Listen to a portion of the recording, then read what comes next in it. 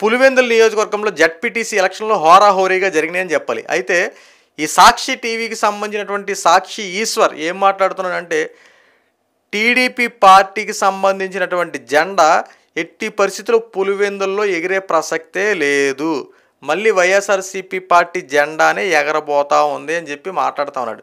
మళ్ళీ తన ప్రాసని మళ్ళీ కొనసాగించేసాడు.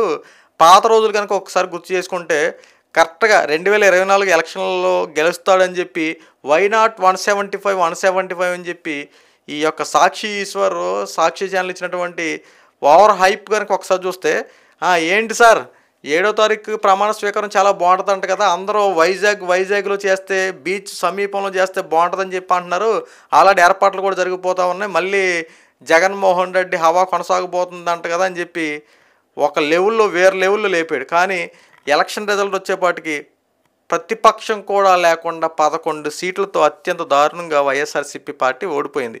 సో ఈ రోజున ఈ జడ్పీటీసీ ఎలక్షన్లో కూడా ఇలాగే అనుభవం ఎదురవుద్దని చెప్పి నిపుణుల యొక్క వాళ్ళ యొక్క అంచనాలు, కొన్ని సర్వేలు కూడా ఖచ్చితంగా ఇక్కడ ఏం చెప్తా ఉంది, వైఎస్ఆర్సీపీ పార్టీ ఎట్టి పరిస్థితుల్లో ఓడిపోద్ది, ఇక్కడ టీడీపీ పార్టీ సంబంధించినటువంటి జడ్పీటీసీ క్యాండిడేట్స్ గెలవబోతున్నారని చెప్పి వార్తలు వస్తామని. సో ఇది కాస్త మనం పక్కన పెడితే ప్రస్తుతం ఇప్పుడు ఏంటంటే, ఒకసారి వాస్తవాలు తెలుసుకుంటే ప్రజాస్వామ్యం 1995 నుండి ఈ పులివెందుల నియోజకవర్గంలో ఈ జడ్పీటీసీ ఎలక్షన్లకే ఇప్పటి వరకు ఎలక్షన్లు జరగల.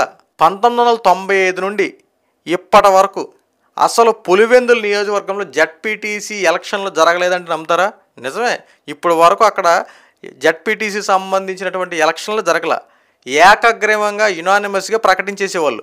ఎందుకంటే వైఎస్ జగన్మోహన్ రెడ్డి అడ్డ వైఎస్ఆర్సీపీ పార్టీకి అంతకుముందు రాజశేఖర రెడ్డికి కంచుకోవటం ఉన్నటువంటి ఈ యొక్క పులివెందుల నియోజకవర్గం ఈ యొక్క సీట్లు ఏవైనా సరే, ఏ పదవులైనా సరే, లేదంటే ఏ విషయాలలోనైనా సరే అక్కడ ఏకగ్రీవంగా ఇచ్చేసేవారు. మరి మిగతా పార్టీ వాళ్ళు అసలు అక్కడ నామినేషన్లు దాఖలు చేసేవారో లేదంటే బెదిరించేసి వాళ్ళని నామినేషన్ లేకుండా అడ్డపడేవారో ఇవన్నీ అక్కడ ఉన్న భగవంతుడికే తెలియాలి. చాలా సందర్భాల్లో అక్కడ చాలామంది అడుగుతూ ఉన్నారు, నామినేషన్లు కూడా వేయకుండా బెదిరించేవాళ్ళు అంత దారుణంగా ఉండేదని చెప్పి ఆ పులివెందు నియోజకవర్గానికి సంబంధించిన కొంతమంది ప్రజలు గత 3-4 ఇంటర్వ్యూల్లో మనం చూస్తూ ఉన్నాం. సో ఇప్పుడు అక్కడ ఉన్నటువంటి జడ్పీటీసీ ఎలక్షన్లు ఎట్టి పరిస్థితుల్లో టీడీపీ ఈసారి ఖచ్చితంగా కైవసం చేసుకోబోతుందని చెప్పి వార్తలు వినిపిస్తూ ఉన్నాయి. ఎందుకంటే పెద్ద సంఖ్యలో ఈ రోజున పులివెందుల నియోజకవర్గంలో ఏవైతే 2 చోట్ల జరిగినటువంటి ఆ ప్రాంతాల్లో ఎక్కువ మందిగా హాజరయ్యారు. ఎందుకంటే ప్రజాస్వామ్యం కనుక ఒక్కసారి వాళ్ళకు అవకాశం ఇస్తే అసలు వాళ్ళలో ఎవరిని ఎన్నుకోవాలి ఏంటని చెప్పి తెలుస్తుంది కదా. మీరు ఏకగ్రీవంగా ప్రకటించకుండా ఇంకెందుకు ఈ ఎలక్షన్లు, ఎందుకు ఈ ప్రజాస్వామ్యం ఎందుకు ఏమంటారు? ప్రజల చేత ఎన్నుకోబడి ప్రజలు పాలించే దాన్నే ప్రజాస్వామ్యం అంటారు. ఈరోజు ప్రజలు ఓట్లు వేయాల్సిన అవసరం లేదా? ప్రజలు ఎన్నుకోవాల్సిన పని లేదా? మీకు మీరే యునానిమస్గా ప్రకటించేసుకొని ఏకగ్రీవం చేసుకుంటే ఇంకెందుకు వచ్చింది? ప్రజలకు ఎందుకు ఓట్లు, ఎందుకు దానికి సంబంధించి ఎందుకు అంటే 1995 నుండి ఇప్పటి వరకు అదే జరిగింది అంతే. యునానిమస్గా ప్రకటించేశారు, వాళ్ళ ఇష్టానుసారంగా రాజకీయాలు నడిపారు. సో ఈ రోజున ప్రజాస్వామ్యం ఏంటో ఎలా ఉంటుందో పులివెందుల నియోజకవర్గంలో తెలిసింది ఒక రకంగా చెప్పాలంటే. ఈ రోజున ఎంతమంది అయితే ఉన్నారో అంతమంది ఈ రోజున తమ యొక్క ఓటును ఉపయోగించుకొని తమకు నచ్చినటువంటి నాయకుడికి ఓట్లు వేశారు. సో ఇక్కడ ఇంకా కొన్ని విషయాలు బయటకు వచ్చాయి. కొన్ని దొంగ ఓట్లు వేశారని చెప్పి ఇరుపక్ష పార్టీలు మాట్లాడుతున్నారు. టీడీపీ వాళ్ళు అదే అనుమానిస్తూ ఉన్నారు, ఇక్కడ వైఎస్ఆర్సీపీ పార్టీ వాళ్ళు అదే మాట్లాడుతూ ఉన్నారు. అయితే కొంతమందిని ఓట్లు వేయనీయకుండా బలవంతంగా ఆపేశారని చెప్పి కొన్ని మాటలు, ఇంకొంతమందిని ఓటు కనుక వేయకపోతే వదిలిపెట్టే ప్రసక్తులు అని చెప్పి బెదిరింపు చర్యలకు సంబంధించిన మరో మాటలు.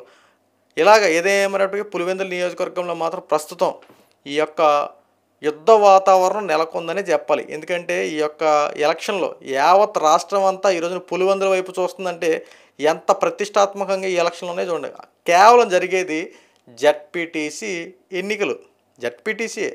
సో జడ్పీటీసీ కోసం ఇంత హై లెవెల్గా వ్యవహరించడం ఏంటంటే, ఇక్కడ స్థానిక పట్టును కోల్పోకూడదని చెప్పి వైఎస్ఆర్సీపీ పార్టీ ఎలాగైనా సరే వైఎస్ఆర్సీపీ పార్టీలో టీడీపీ జెండా ఎగరేయాలని చెప్పి ఇక్కడ టీడీపీ పార్టీ గట్టిగానే ఇరుపక్షాల వారు పోటీలుగా ధీటుగా సమాధానం చెప్తా ఉన్నారు. అయితే ప్రజలు మాత్రం అంతిమ తీర్పు కాబట్టి ప్రజల్లో ఏముందో ఈరోజు వెయిట్ చేయాలి. ఎందుకంటే యాక్చువల్లీ వెంటనే రిజల్ట్ వచ్చేది కానీ కాస్త టైం పట్టింది. ఖచ్చితంగా విషయం అయితే తేలిపోయేది. కానీ ఈ రోజున కనుక ఒక్కసారి చూస్తే ఇక్కడ వైఎస్ఆర్సీపీ పార్టీ వాళ్ళు వాళ్ళ యొక్క అభ్యర్థిని గెలిపించుకోవడానికి ఎంపీ కూడా ఈ రోజున ప్రచారంలో పాల్గొన్నాడంటూ ఒకసారి చూడండి.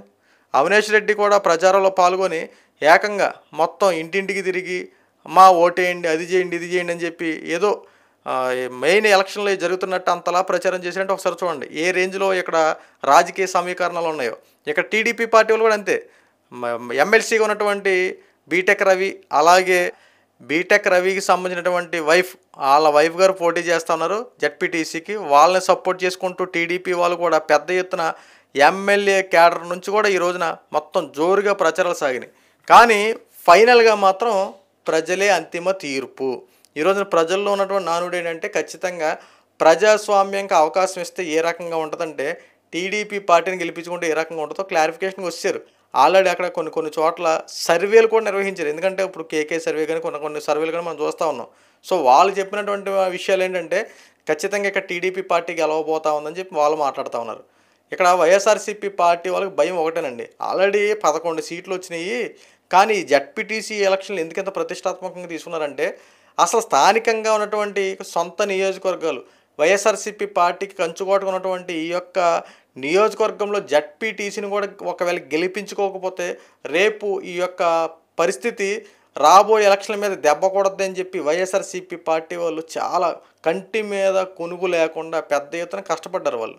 సో వాళ్ళు అనుకున్నటువంటి ప్రతిఫలం వస్తుందా, లేదంటే రాజకీయ సమీకరణాలు మారి ఒక్కసారిగా పులివెందుల నియోజకవర్గంలో టీడీపీ జెండా ఎగరవేయబోతా ఉన్నారా? సో రాబోయే రోజుల్లో ఖచ్చితంగా చూడాలి. ఎందుకంటే ప్రస్తుతం ఉద్రిక్తత వాతావరణం నెలకొంది. కౌంటింగ్ జరపాలన్నా ఇవన్నీ చేయాలన్నా కాస్త ఇబ్బందికరంగా ఉంది కాబట్టి కాస్త టైం తీసుకున్నారు. ఇప్పుడు ఏంటంటే సాక్షి ఈశ్వర్కి ఇక ఎలక్షన్ రిజల్ట్తో పని లేదు.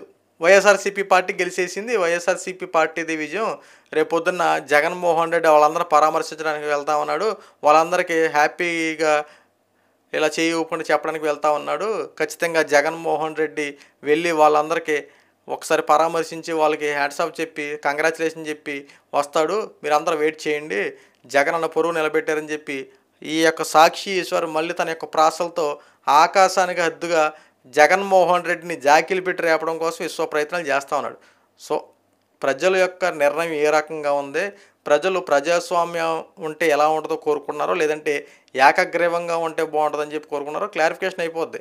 సో ఖచ్చితంగా ప్రస్తుతం ఉన్నటువంటి గణాంకాల ప్రకారం ఇక్కడ జెడ్పీటీసీ మాత్రం వైఎస్ఆర్సీపీ పార్టీ ఓడిపోయి టీడీపీ పార్టీ గెలుచుకోబోతుందని చెప్పి పర్టికులర్గా వస్తున్నటువంటి వాటిలో. సో రాబోయే రోజుల్లో ఈ రిజల్ట్ వచ్చే టైంలో ఎవరు గెలుస్తారు ఏంటనేది ఏకంగా రాష్ట్ర భవిష్యత్తుని మార్చే విధంగా ఈ యొక్క జెడ్పీటీసీ ఎన్నికలు ఉన్నాయి కాబట్టి ఎవరు గెలవబోతున్నారని చెప్పి ప్రతి ఒక్కరు ఎదురు చూస్తూ ఉన్నారు.